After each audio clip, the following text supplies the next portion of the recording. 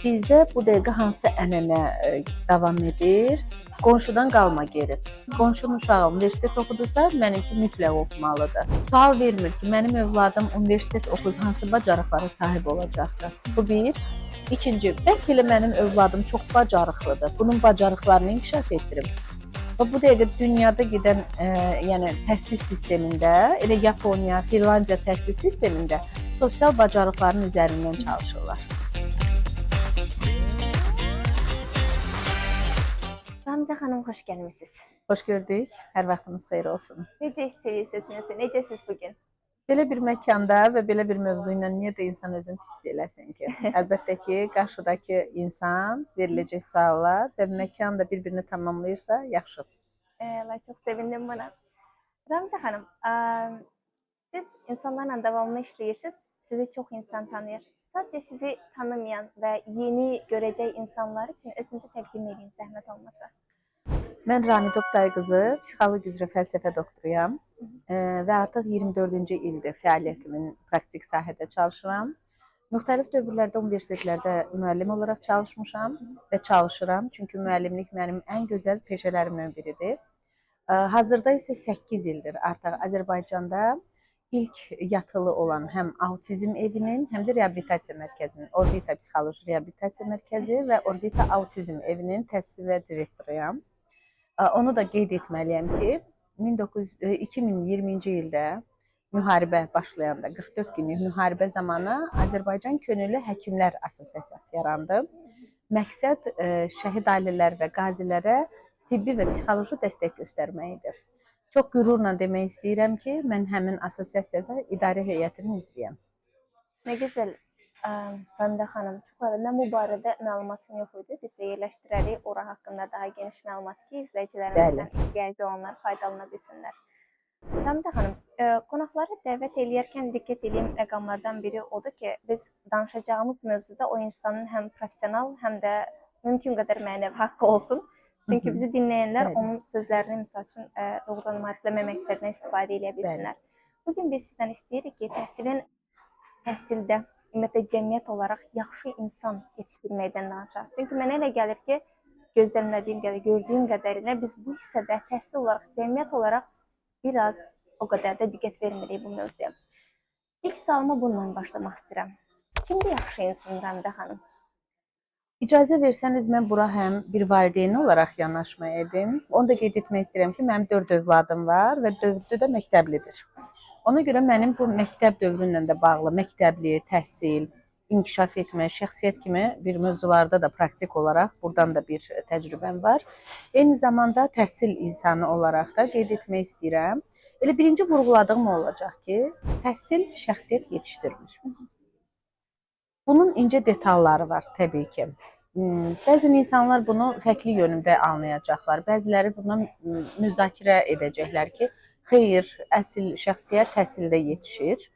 Amma gəlin dünya təcrübəsinə gəlinək, baxaq. Bir çox ölkələrin təcrübəsi bizə həqiqətən bu sözün sübutunu göstərir. Məsələn, Yaponiya. Yaponiya ilk şəxsiyyət yönümlü yetişdirmək üçün məktəblərdə dəyişim edən bir sistem yaratdı və ilklərdən biri oldu. Əlbəttə ki, bu insanlar və dünya çapında o qədər də rahat qəbul olunmurdu. Əldə edə bilməyəcəksiniz istədiyiniz nailiyyəti, uğurlu olmayacaqdır, istədiyiniz nəticəyə gələ bilməyəcəksiniz. Amma bu günləri hər birimizə artıq təcrübə olaraq görürük ki, doğrudan da Yaponiyada şəxsiyyət yönümlü yetişmək üçün təhsili yüksəltmək və təhsilə önəm vermək o qədər də ikinci plandadır, daha doğrusu. Yəni onlar insanları oxumaq üçün məcbur etmədilər. Qəliblərdən çıxartdılar. İnsanları qəliblərdən çıxartdılar. Şagirdləri qəliblərdən çıxartdılar ki, siz təkcə təhsillə inkişaf edib uğurlu bir insan olmayacaqsınız. Sizin sosial tərəfiniz olmalıdır. Sizin bacarıqlarınız olmalıdır. Çünki gözəl bir söz var. Təhsil, savadlı, vicdansız, təhsilə gərəkli deyil. Savadlı, vicdansız, təhsilə gərəkli deyil.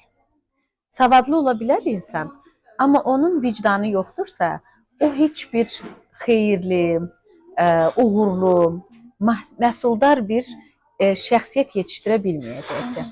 Çünki burada insani keyfiyyətlər önəmlidir. Kimdir insani keyfiyyətlərə sahib olanlar?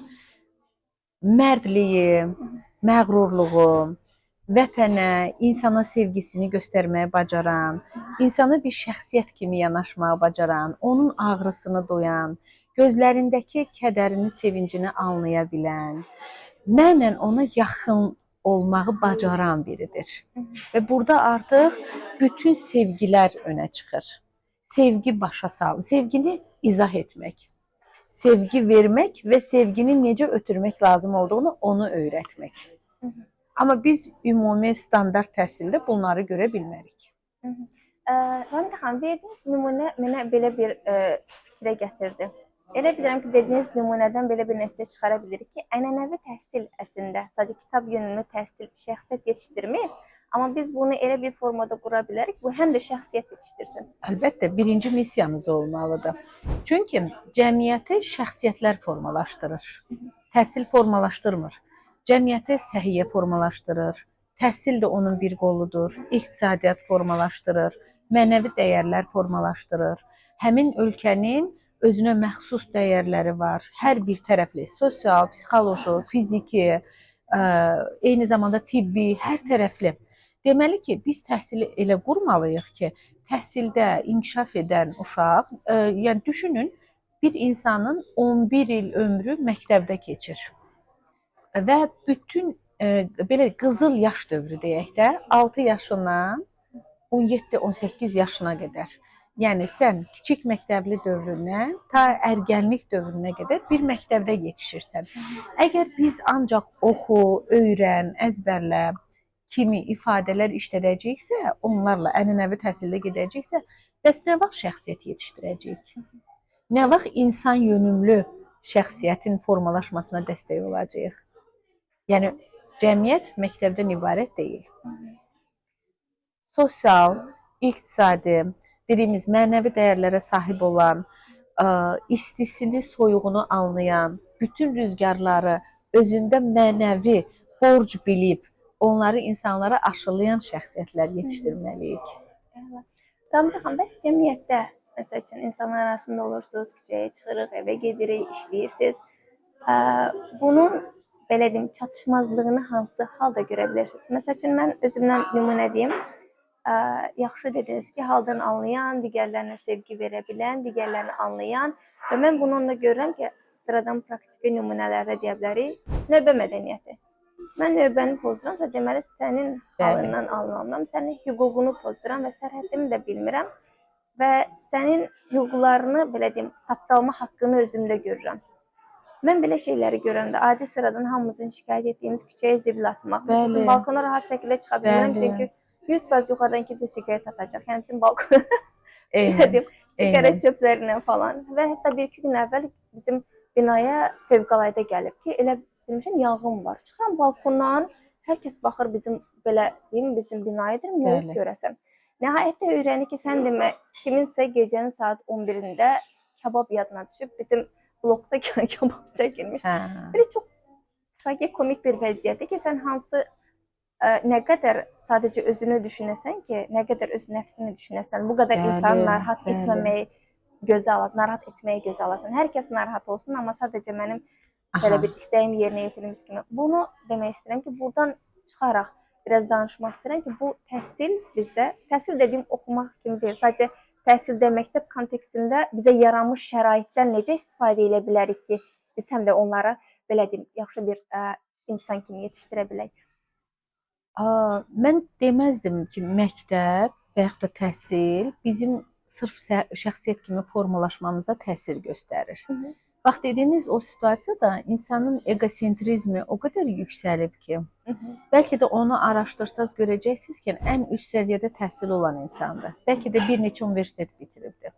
Bəlkə də məktəbi, orta məktəbi qızıl qiymətlərlə, yəni attestatla qutarıb. Universitetə ən yüksək balla qəbul olub. Amma görürsünüzmü, o empati hissinə sahib ola bilməyibdi.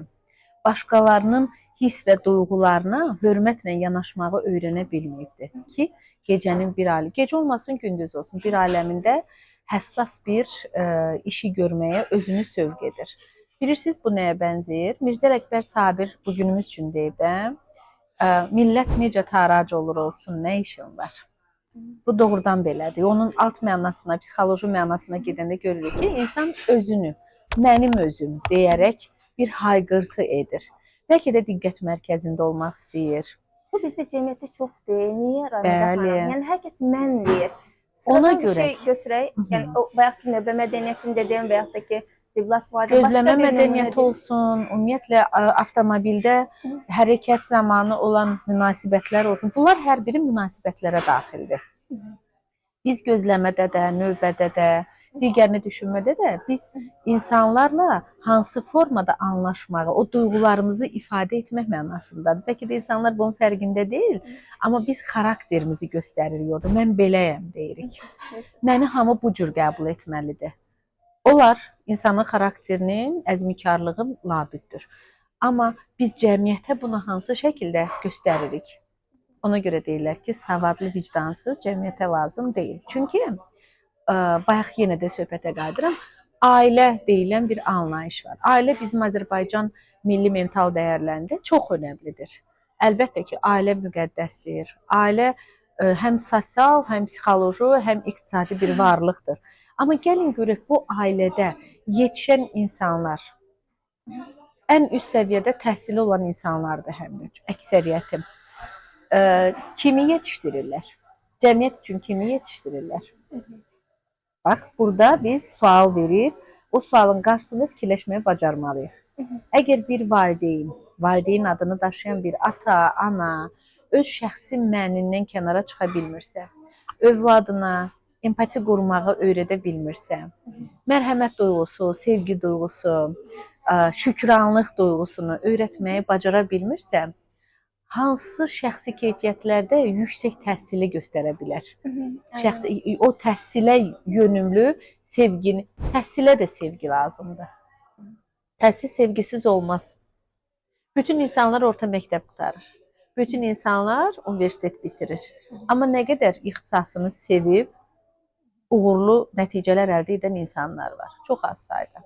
Bu deməkdir ki, ənənəvi təhsil bizi bizdən alır. Bir kəlmə ilə deyim.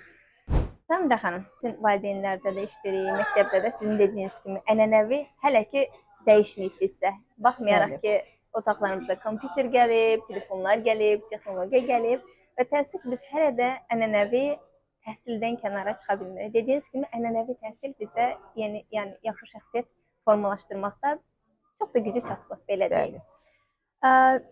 Və valideynlərimiz də hamımız çalışır ki, sadəcə oxudaq, oxusun uşaq, irəli getsin, universitetə qəbul olunsun, bu. Amma mən çox az insanda eşidə bilirəm ki, mən bu cəmiyyət üçün insan yetişdirim. Biz daha çox deyirik ki, mənim övladım, mənim uşağım irəli getsin, mənim uşağım qabağa getsin. Amma unutduğumuz bir məqam odur ki, gələcəkdə mənim uşağımla paralel Ramida xanım da uşağı oradadır. Yaxşı olardı ki, elə onun da uşağı irəli getsin. Məsələn, bəli. O həkim olsun, qoy mənimki müəllim olsun, eybi yoxdur. Amma yaxşı həkim olsun. Bəli. Mənə elə gəlir ki, biz rəqabəti biraz başqa bir formada aparırıq. Bu anlamda siz bir neçə bacarıq dediniz, sosial bacarıq, sosial emosional bacarıq, empatiya, sosial bacarıqlar və istəyirəm ki, bunu biraz açaq. Nədir empatiya? Bizi dinləyən üçün empatiya nədir? Necə öyrətsin bir valideyn öz uşağına empatiyanı? Çox doğru vurğuladınız. Bizdə bu dəqiqə hansı ənənə davam edir? Qonşudan qalma geri. Qonşunun uşağı universitet oxudursa, mənimki mütləq oxumalıdır. Sual vermir ki, mənim övladım universitet oxuyub hansı bacarıqlara sahib olacaqdır? Bu bir. İkinci, bəlkə elə mənim övladım çox bacarıqlıdır. Bunun bacarıqlarını inkişaf etdirim. Və bu dəqiqə dünyada gedən yəni təhsil sistemində, elə Yaponiya, Finlandiya təhsil sistemində dediyimiz hansı ki, empati, emosional duyğular, onları izah edəcəm. Bir də sosial bacarıqların üzərindən çalışırlar. Bizim sadə bildiyimiz dülgərlik, mühasibatlıq, rəngkarlıq, dizayner, bildiyimiz sosial bacarıqlar, bura dərzilik, rəqs, rəssamlıq, hər bir şey daxildir artıq bu sosial bacarıqlara. Bu günlər çox təəssüf ki, valideynlərin əksəriyyəti mənim övladım təhsil alsın deyib də uşaqlarının o sosial bacarıqlarını göz yumurlar. Hətta deyir, böyüyüb təhsil alıb rəssam mı olacaqdı? İdmançı mı olacaqdı? Mən uşağımı rəqsə qoymuram ki, birdən rəqqas olar. Görürsüz, burada aşağılama funksiyası gəlir. Bu da yenə psixologiyaya dayanır. Deməli, valideyn özü yarımçıq qalmış psixologiyada bir duyğular var. Özü çata bilmədiyi məqama övladının çatmasına zəmin yaratmaq istəyir. Amma fikirləşmir ki, mənim övladım doğrudan da çox yaxşı bir rəngkar ola bilər. Çox yaxşı rəssam ola bilər. Və o rəssamlıq onun dünyada bütün necə deyək ki, üstünlük qazanmasına səbəb ola bilər. Niyə mənim uşağım çox yaxşı bir bənna olmasın ki? Hətta aşağılayıcı xüsusiyyətlərdən biri də yadıma düşdü. Oxumasan zibil daşıyan olacaqsan, küçə süpürən olacaqsan. Baxın, burada artıq psixoloji alçaldılma hissləri, şəxsiyyət, əgər təhsil varsa, niyə təhsildə alçalma xüsusiyyəti olsun? Deməli, təhsil bizə şəxsiyyət yönümlü inkişafımıza mane olur.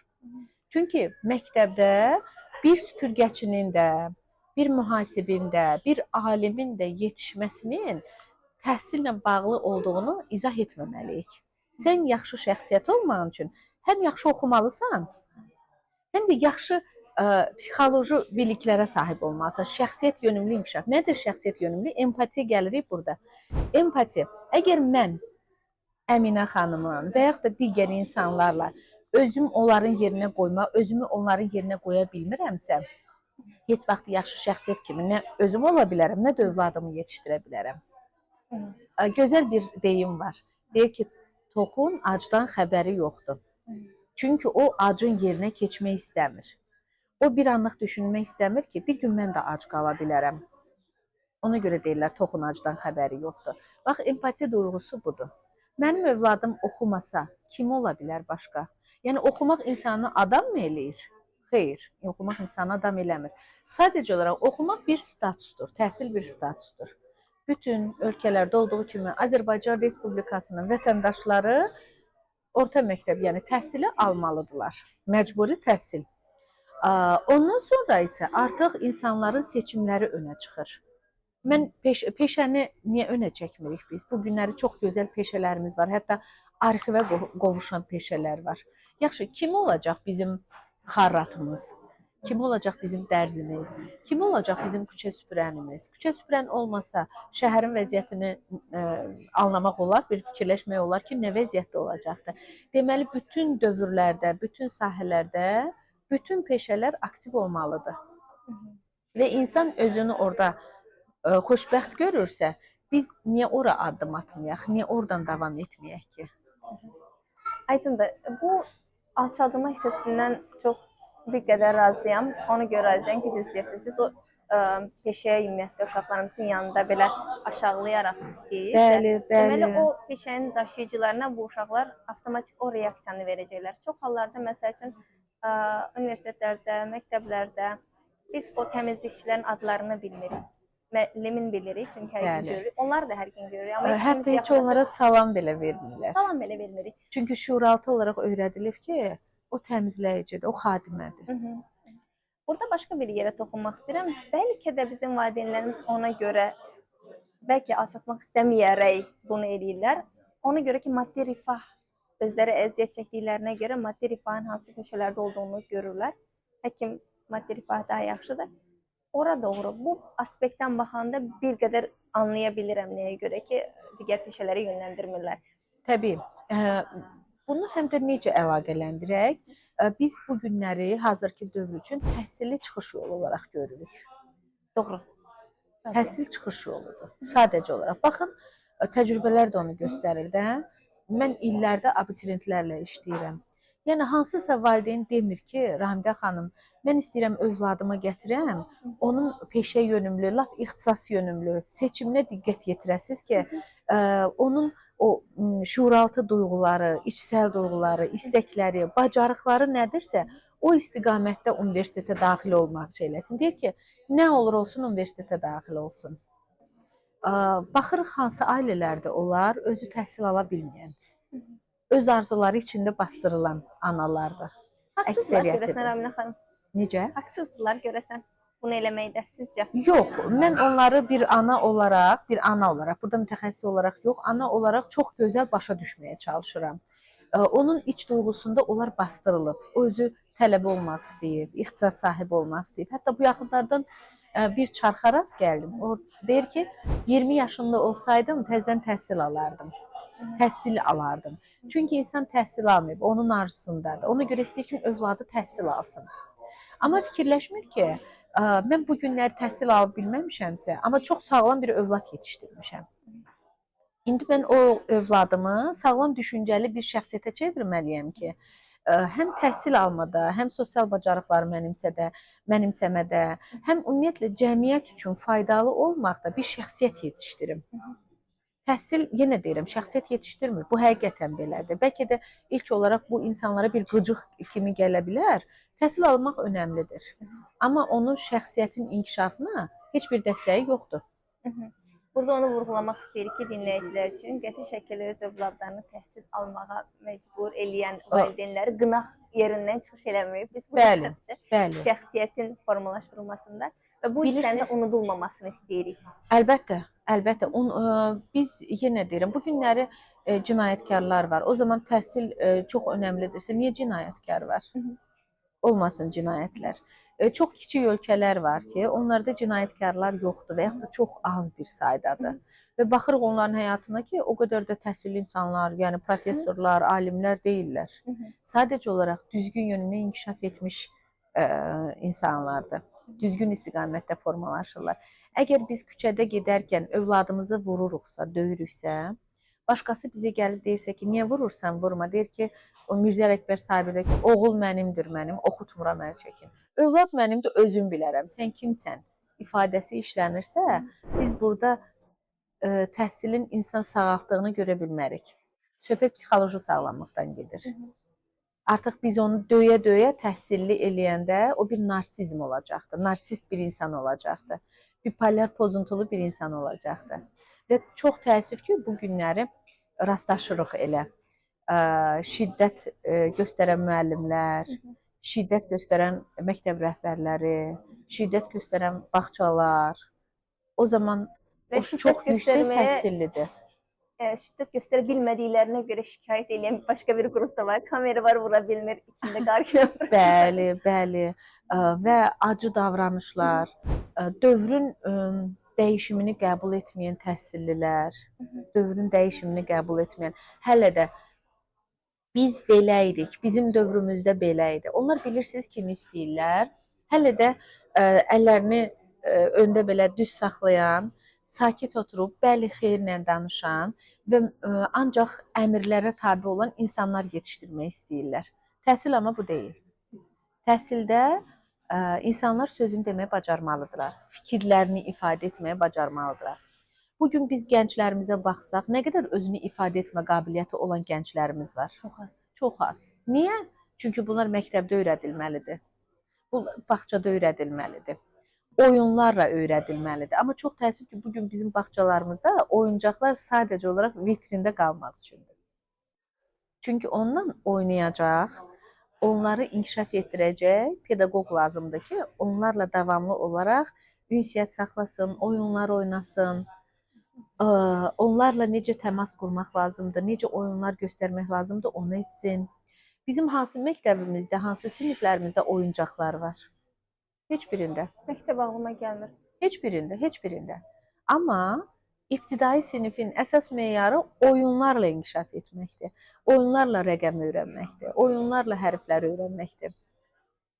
Nəsə yavaş-yavaş eləyirlər artıq. Sağlam təhsildə, bəli, bir neçə yerdə və çox az saydadır. Çox az sayda. Çünki onu edəndə biz düşünürük ki, proqramı yerinə yetirmirik.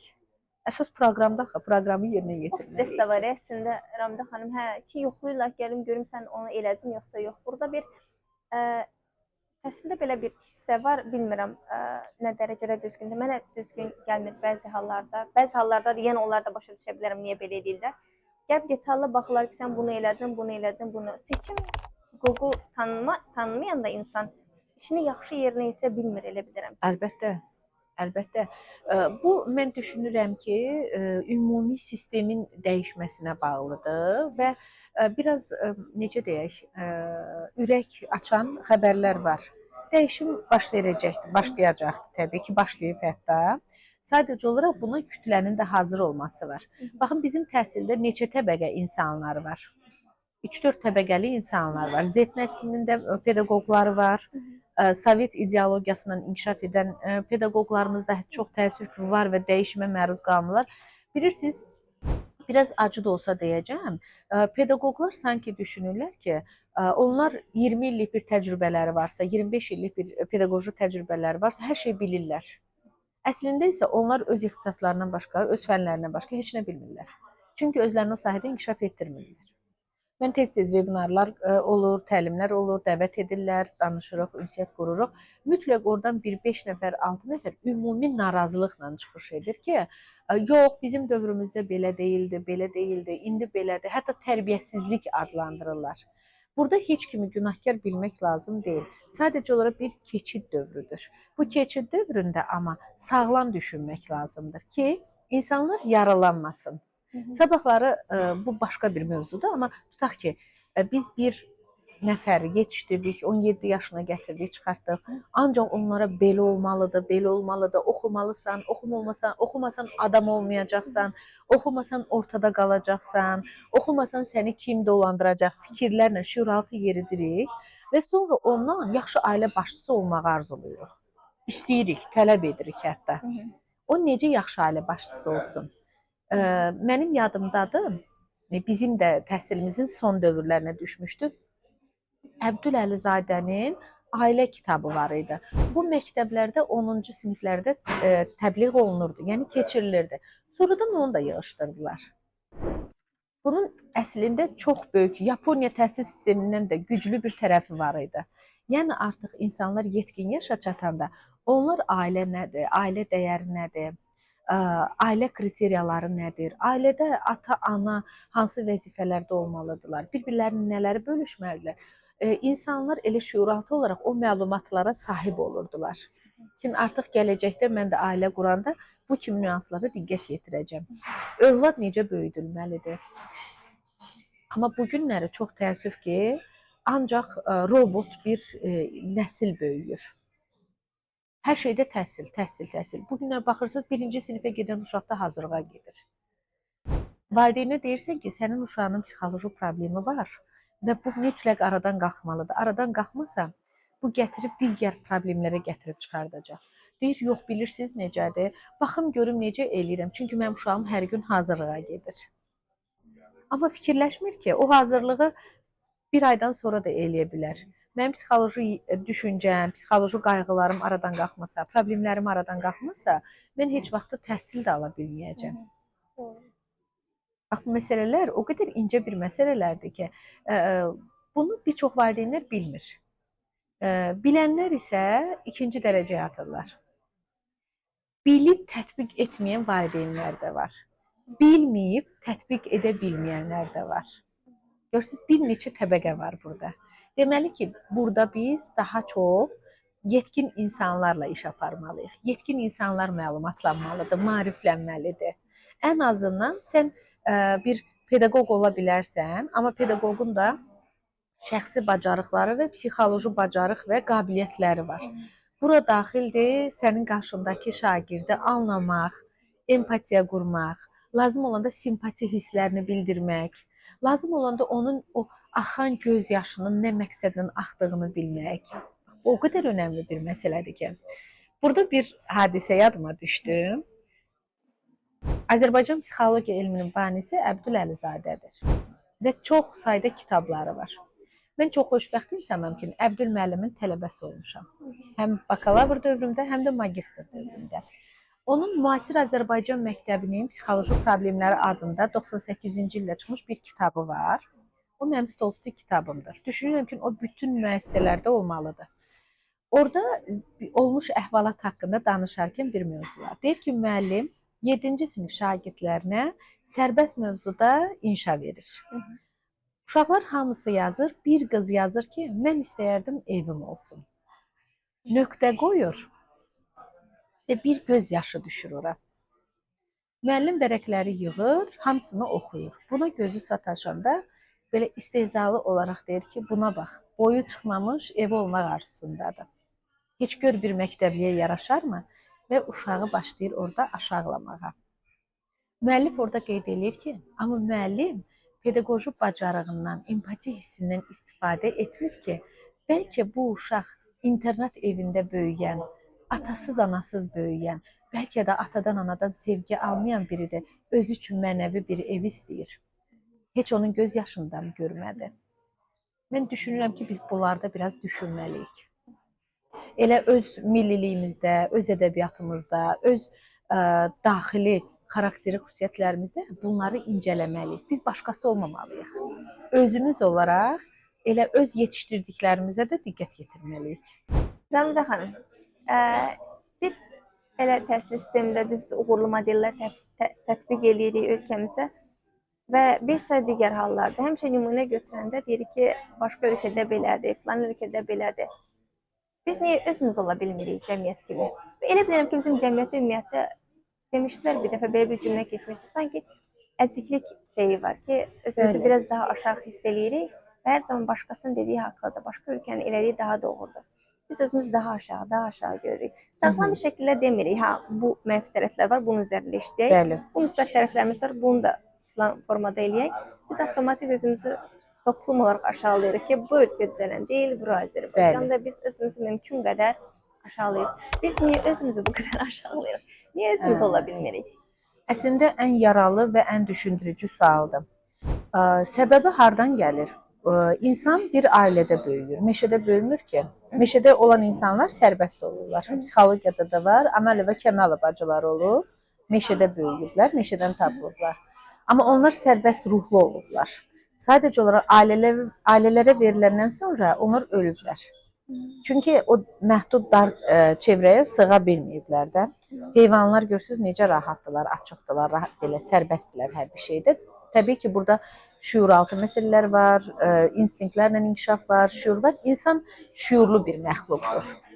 Və bastırılma duyğusu bizdə o qədər güclüdür ki, bir ata-ana sanki düşünür ki, bir valideynimsə mən, hər şey mənim haqqımdır. Mən necə əmr edəcəmsə, mən necə istəyirəmsə, o cürdə övlad yetişdirirəm. Və uşaq artıq o cür yetişdirilir. Ana istəyir ki, uşağı yaxasına yeməyi tökməsin, özü yedizdirir. Ana istəyir, amma uşağın nə istədiyi məlum deyil. Halbuki uşaq yeməyi özü yeyərək, həyatla elə ilkin mübarizəsi buradan başlayır. Biz onu belə icazə vermirik. Bir zamanlar hətta uşaqları anadan olanda bəliyirdilər. Bax, bizim o zaman əlimizi, qolumuzu qırıblar. Yəni, sən heç nə eləməyəcəksən. Sən bir şablon üzərindən əmr formasında gedəcəksən. Böyüyəcəksən, yıxılanda səni tutacaqlar, yıxılanda özümüzün belə qalxıb özümüzü müdafiə etmə mexanizmimizi belə əlimizdən alıblar. Hər şey bizə diktə olunmalıdır. Uşaqlar diktə ilə böyüyür. Əlini yu, üzünü yu, dişlərini fırçala, nə. Amma biz bunu göstərgi formasında etməmişik və buna görə də biz özümüzün bir xəttimiz olaraq gedə bilməmişik. Qonşu, qohum nə deyər, ətraf nə deyər? Bunlar iki növdə ayrılır da. Biri var ictimai qınaq formasında. İctimai qınaq çox gözəldir, olmalıdır. Bugün ictimai qınaq olmadığına görə bir çox şeylərdə azğınlıq var.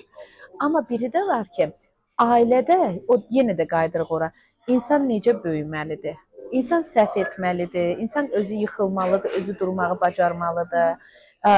İcad etməyi bacarmalıdır. Adi bir plastilinlə, hansısa bir rənglə. Amma biz bu günləri uşaqlarımızın belə otağını hazır edirik və deyirik ki, toxuna bilməzsən, ha, ora biz pul xərcləmişik. Sən otağında heç bir dəyişmə edə bilməzsən. Paltarlarını belə uşaqlarımızın özümüz rahatlayırıq. Və uşaqlar bir robot olur. Sonradan da deyirik ki, bizim uşaqlarımız niyə belədir? Çünki biz onlara imkanlar vermirik axı. Körpə yaşından o imkanları, o səhv etmə imkanlarını, danışma imkanını vermirik axı.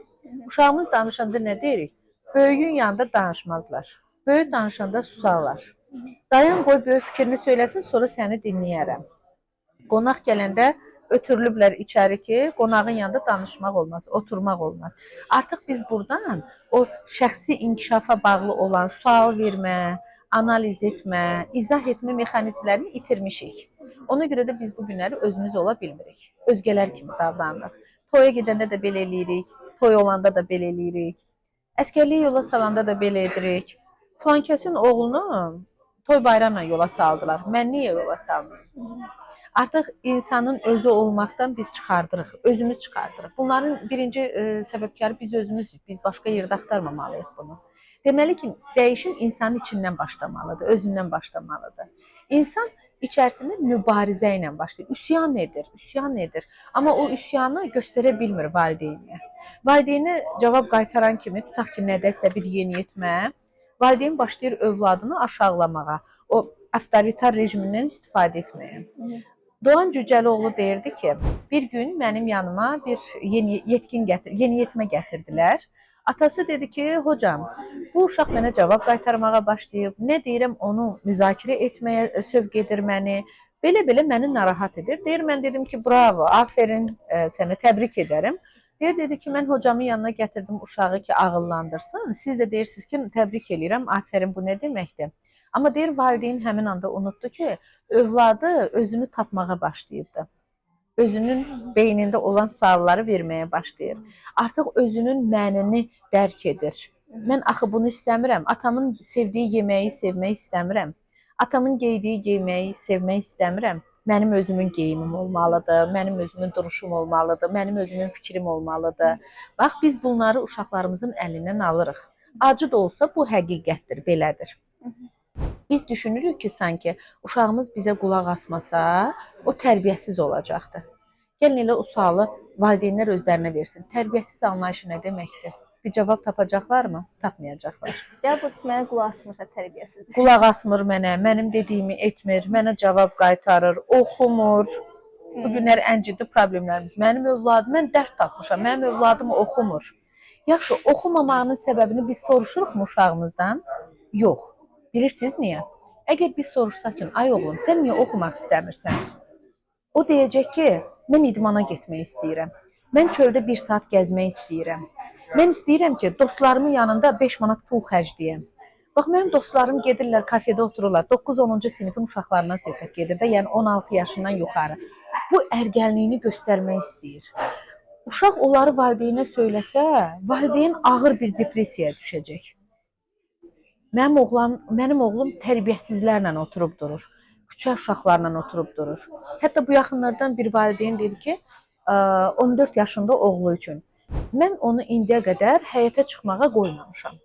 Səbəb, soruşuruq, səbəb nədir? Orada 5-6 dənə pis söz danışan uşaqlar var. Gedib onlardan pis söz öyrənəcək. Bircə sual verdim valideynə. 18 yaşından sonra nə edəcəksiniz? Heç nə cavab verə bilmədi. Amma mən bilirəm ki, o valideyn düşündü. Onu düşünəcək. Əgər valideyn onu düşünsə, gecə yuxusu ərşəyə çəkiləcək. İştahı pozulacaq. Övladı qarşısında günahkarlıq hissini anlayacaq və ciddi bir problemlə üz-üzə qalacaqdır. Bax, bu günləri bizim ailələrimizdə bu bağlar itib. Ona görə də biz özümüz ola bilmirik. Mənəvi bağın formalaşmadığı yerdə biz özümüz ola bilmərik. İnsan özü olur, üsyan edir. Təhsil almaq istəyirəm, inkişaf etmək istəyirəm, özümün, öz beynimdə qurduğum arzulara çatmaq istəyirəm. Onda biz ona nə ad veririk? Atasının, anasının üzünə ağ olan uşaqlar deyirik. Sözümüzə qulaq asmadım. Nə bilim, kimlərin sözünə qulaq asın.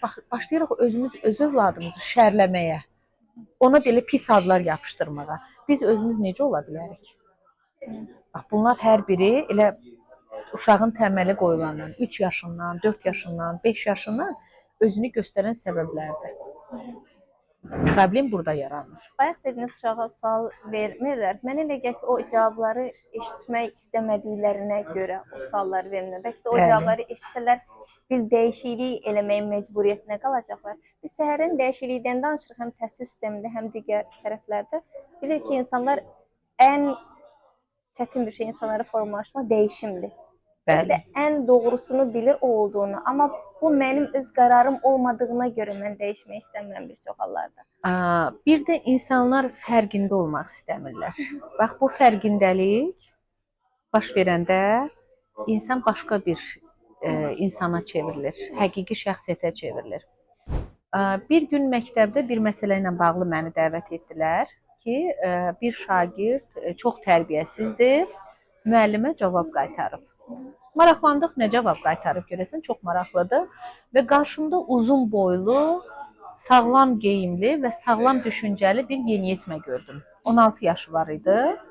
Soruşdum ki, müəllimlə problemin nədir? Artıq məktəbin böyük bir probleminə çevrilmişdi. Deyir ki, mən dərs başlamamışdı hələ, sinifin qarşısında dururdum. Müəllim gəldi, mənə dedi ki, dərs başlayıb, keç içəri. Dedim ki, yaxşı keçirim. Dedi, sənə demirəm, keç içəri və səsini qaldırdı. Deyir, belə dedim ki, yaxşı da keçirəm. Artıq bu yeniyetmədir. Qayıdıb, deyir, müəllim mənim belə paltarımdan tutdu. Belə sanki deyir, bir zibil götürürmüş kimi. Belə ki, sənə demirəm, keç içəri. Bir mən də qayıtdım, dedim ki, mənim koftam səndən bahalıdır. Əlinizi çəkin, zəhmət olmasa. Və bundan sonra məktəbdə böyük bir skandal yaranıbdı ki, şagird müəllimə bu cür söz deyib, artıq valideynləri çağırıblar, böyük bir problem, hətta uşağı məktəbdən çıxartmaq həddinə qədər bir problem düşünüblər. Mən orada düzdür, yeniyetmənin yanında heç nə demədim, yeniyetməni yola saldım, amma məktəb direktoru və həmin pedaqoq çağırdım. Dedim, məncə siz biraz düşünməlisiniz. Siz məcbur eləmisiniz insanı. Birinci o yeniyetmədir. Yeniyetmə özünü göstərmək istəyir, ərgəndir. Bəlkə o çöldə özünü sevdiyi qıza göstərirmiş. Bəlkə ümumiyyətlə doğrudan da elə bir vəziyyətdəymiş ki, içəri getmək istəmirmiş sinifə. Bir siz onun problemini maraqlandınızmı? Bir soruşdunuzmu, oğlum, sən özünü necə hiss eləyirsən? Deyir, o şagirddir, mən necə ona oğlum deyim, baxın.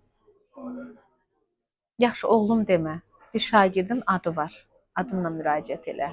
Amma sən onu bir əskilmiş bir parça kimi toxunanda, əlbəttə ki, o sizə fərqli bir cavab verəcəkdir. Çünki artıq o yeniyetmə özünü tanıyır.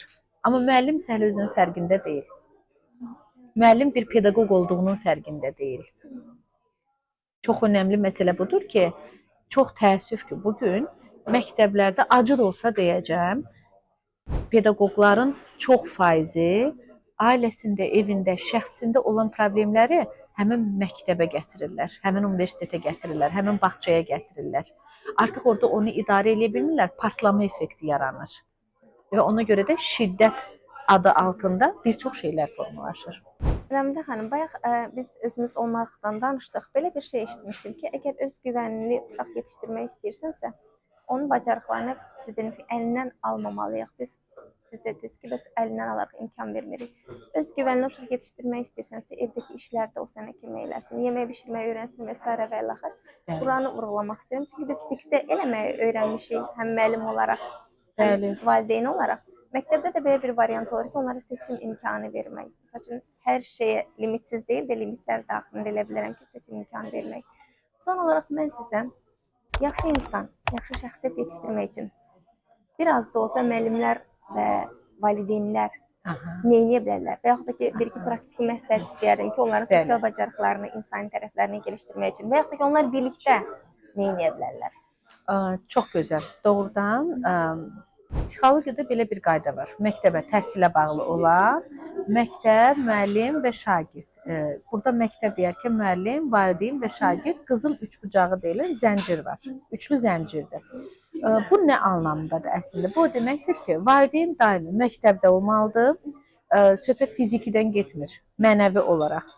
Müəllim valideyninlə ünsiyyət saxlamalıdır və bir valideyn əlbəttə ki, öz övladına nəzarət etməyi bacarmalıdır.